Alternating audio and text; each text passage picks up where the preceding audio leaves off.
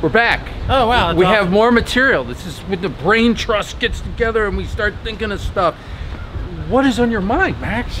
Well, when you're talking about Harvey Weinstein. Talk to the mic. You're talking about Harvey Weinstein, talking about the scandal. Yes. We're talking about Harvey Weinstein. Basically, the 2018 election cycle. Yes.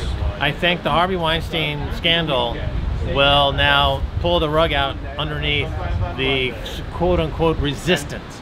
So the Michael Moores of the world, the Meryl Streeps of the world, and Robert De Niro, all these Hollywood types who are kind of mounting Rob Reiner, you know, they were all coming together. And they're going, Rob Reiner, yeah, forgot about him. They're going to Meathead. resist, you know, they're going to try to put some pressure on Trump in the 2018 cycle.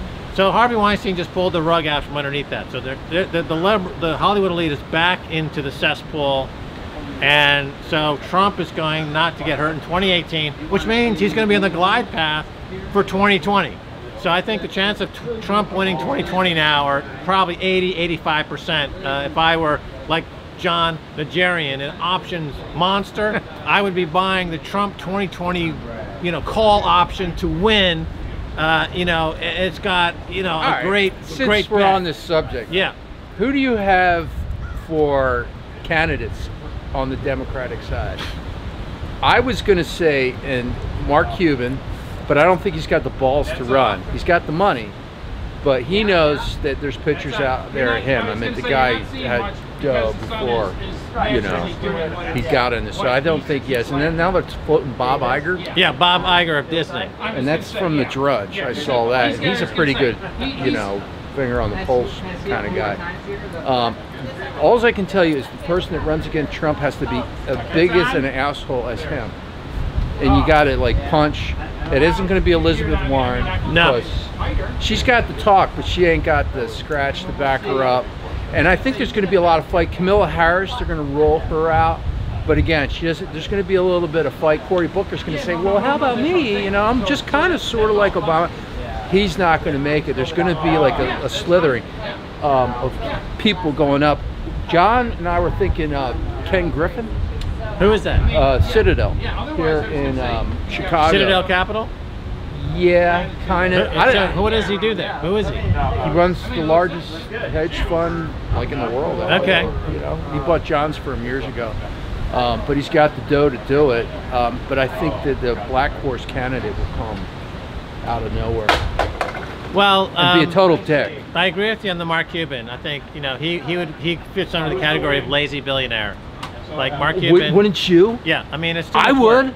He's got a great gig going, and you know, he's got a great platform, and so why, you know, he's great on the sidelines, you know, throwing tomatoes, but he's never going to step into the main ring. Remember, Trump's a guy who decided that he felt as a private citizen observing the gridlock in Washington that he could do a better job and take his skills and apply them to governance and help the country, which is what he did. He put his balls on the line. He was 98% guaranteed to lose, and he won. And this is what's great about America. And this is one of the most fantastic elections I've ever witnessed, which was the 2016 election. Yeah. Hillary Clinton needs to get over herself and admit that the problem is also, think about this, Andrew, is that this Weinstein scandal that's now killing the left, killing the Democrats, killing the liberals once again.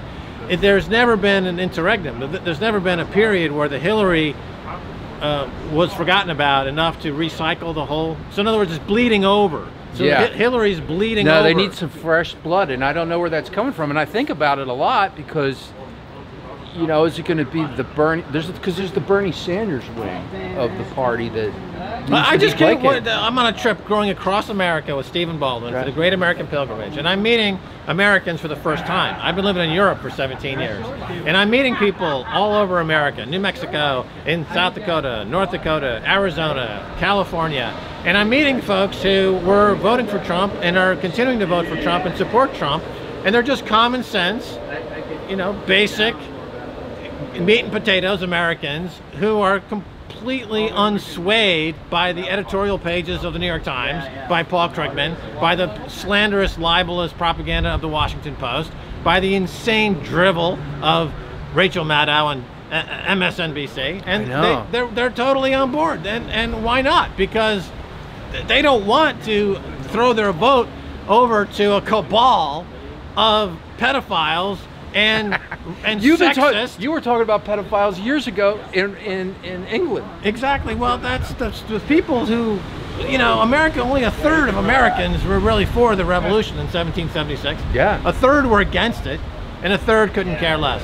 The third that were against it, they're still around. They still support the Bank of England. They still support central banking. They still support monarchy. Right here in America, we've got traitors.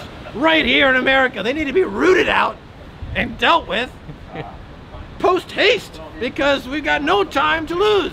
Tar and feather. Bring tar and feathering back. Capital punishment, we've got it. Let's use it for something productive, like, let's say, Jamie Dimon or Lloyd Blankfein. These are the real guys that deserve to be capitally punished by having their heads roll down the Capitol steps. Boom, boom, boom, boom, boom. There's Jamie Dimon's head. Bang, bang, bang, bang, bang. He's a financial terrorist. He stole billions. He's undermining democracy. Chop, chop, chop. It's the reign of terror.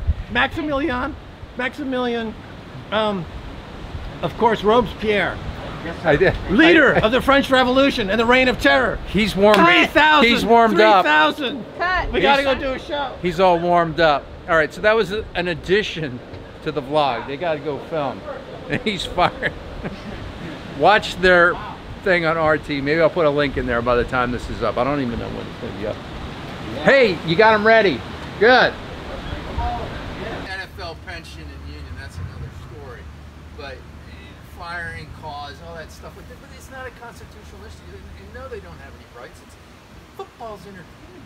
It's a, and I tell you, a fun story. When I used to live in Hawaii, the Bills had lost their third Super Bowl.